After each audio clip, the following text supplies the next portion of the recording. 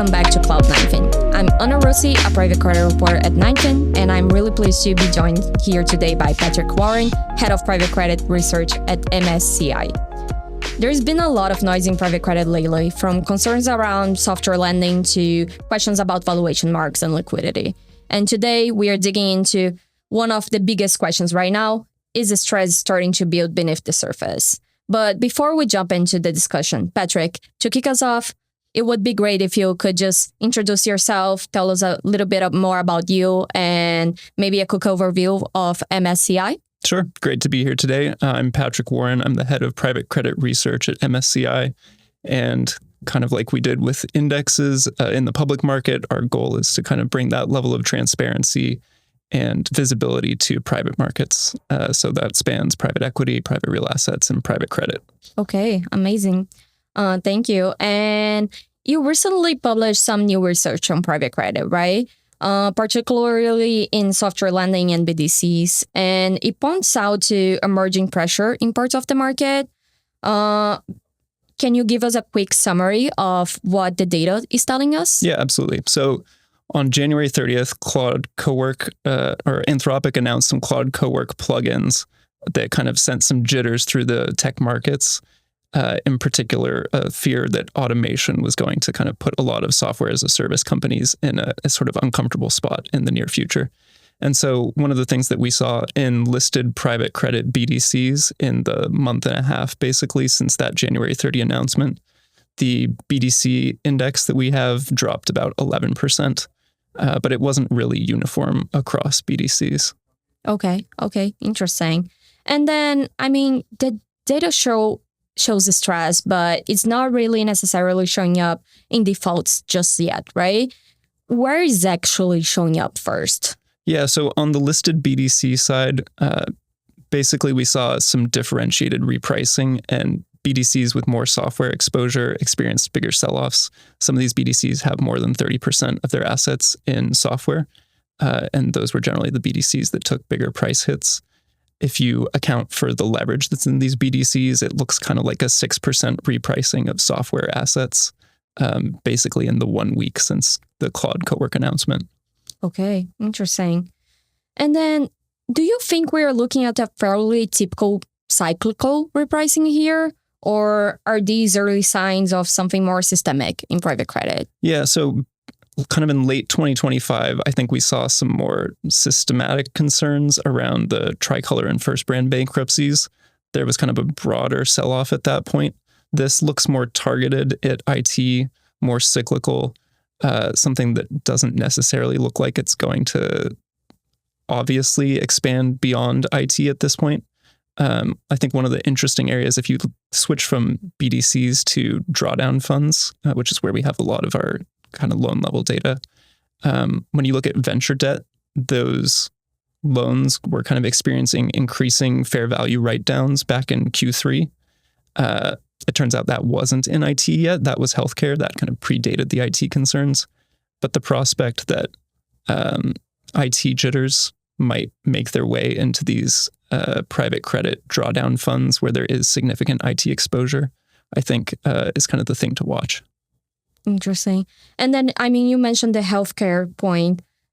Why would you say that showed up more, that stood out more? Yeah, it's an interesting kind of divergence. So if you compare venture debt healthcare loans to direct lending healthcare loans, there was completely different behavior. So on the direct lending side, healthcare looks pretty solid, kind of no surprise in write-down rates there. It was really isolated to venture debt healthcare where we saw issues. So part of that could be that they're smaller borrowers, and generally smaller borrowers might be more susceptible to kind of changes in the economic environment than larger borrowers.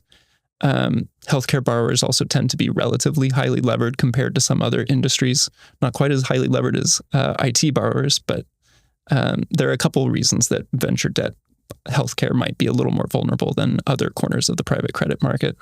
Got it. And how does that differentiate from like the software sector in the venture debt side? So we didn't go down to the software level. About 40% of assets in venture debt are in IT generally. Mm-hmm. A lot of that obviously is in software, and like I said, these are Q3 numbers on the drawdown side. We're coming up pretty soon on the Q4 numbers being released, and it'll be a little longer still until the Q1 numbers show up. And that's really where we'll be looking for the kind of stress that we've seen in BDC software to really kind of be reflected on the venture side. Okay, gotcha. And I guess a big part of this conversation comes down to also like valuation and valuation gaps. How reliable are private credit marks today as indicators of true underlying performance?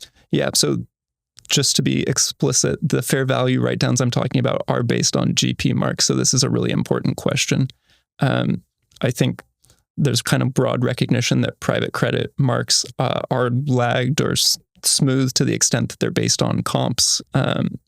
Obviously, there's valuation modeling going into this, but certainly there is more smoothing than we see in like the high yield bond market where you get market prices.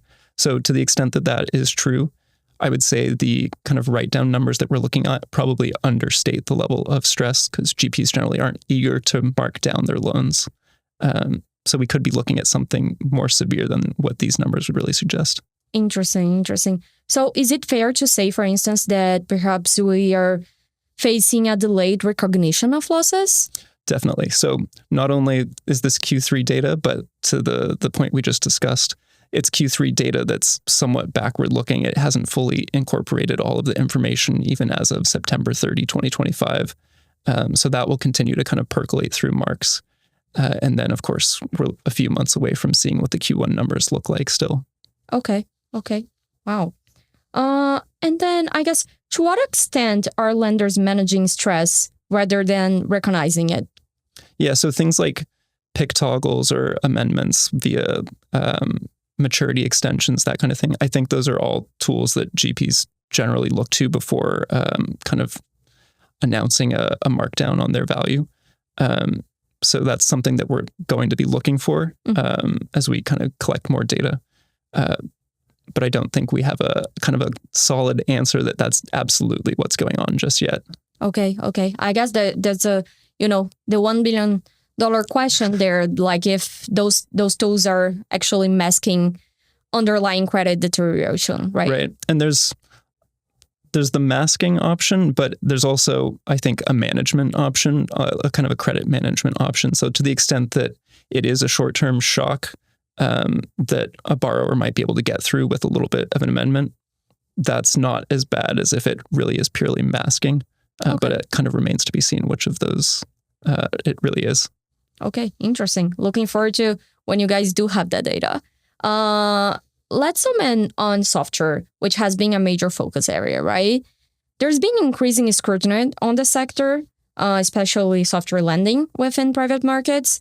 What's the current picture there? Yeah, so on the drawdown side, software has become a major component of private credit funds. So I think I mentioned 40% of venture debt is in IT assets.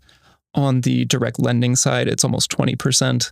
Across private credit, corporate lending in total, it's 16%. So this is a really significant kind of share of NAV, net asset value, that is kind of subject to scrutiny that it hasn't been in the last couple of years. So there's certainly something to keep an eye on there. And if the kind of repricing that we saw in liquid BDCs were to start showing up in the Q1 numbers on these private credit funds, that's a significant risk to their performance. Okay. One of the things that, I see and hear about people asking about it's, could that have been in the original underwriting assumptions? Like, could that have been maybe too optimistic? Or what is the data suggestion? Yeah, so it's tricky to assess if that was optimistic, in part because if you focus on the Claude Cowork shock, I'm not sure that that's easy to anticipate. But one of the things that we have observed is that a lot of deals were done a few years ago when kind of valuations were quite high. There was a lot of money being deployed. And now when it's time for those assets to, if their loans mature or if it's a private equity position, to kind of liquidate that position, sell it, they kind of have higher expectations because of their entry conditions. And those aren't necessarily being supported by the current market right now. So there's a combination of underwriting and just kind of the situation they were in when they originated these loans that I think we need to keep in mind. Okay, that's fair. And then another key question for investors is the diversification of the portfolio, right? Do you see any signs that correlation risk is being underestimated across portfolios that are assumed to be diversified? Yeah, so I think this is really important. If you think of something like private credit, you probably imagine it going in like a fixed income sort of allocation for an asset owner. But one of the really interesting things that we've seen in our data is the extent to which there are just pure equity positions inside of private credit funds. And apart from kind of more distressed like debt, which can behave kind of equity-like and introduce correlations with your equity portfolio, the ownership of actual equity inside of a private credit fund induces a very explicit correlation with equity that I think I'm not sure everybody fully appreciates. And then, of course, on the kind of sectoral software side, if you were trying to kind of get away from or reduce your IT exposure on your equity book, where it might have ballooned in the last few years, private credit kind of isn't a safe haven from equity from IT exposure anymore, given the extent to which those investments have really ramped up in the last 5 years. We've seen significant increases in IT exposure within private credit over that period. Okay. Turning back to venture debt again, one statistic that jumped out in your research is that loans marked at least 20% below par, right? And I think like that number is the double from like comparing to 2022. Correct me if I'm wrong with this, but what is driving that sharp increase? Yeah, so the way I would describe it is loans kind of marked at 80% of their cost basis. So you can think of that as basically a 20% fair value write down at least. And we've seen that rise from 9% in early 2022 to over 24% as of Q3 2025. So that's a fairly alarming rise on the venture debt side. And again, that was driven largely by healthcare. We have not seen that kind of increase in write-downs on the direct lending side or opportunistic debt side. So it is kind of surprisingly isolated in venture debt at this point. Okay.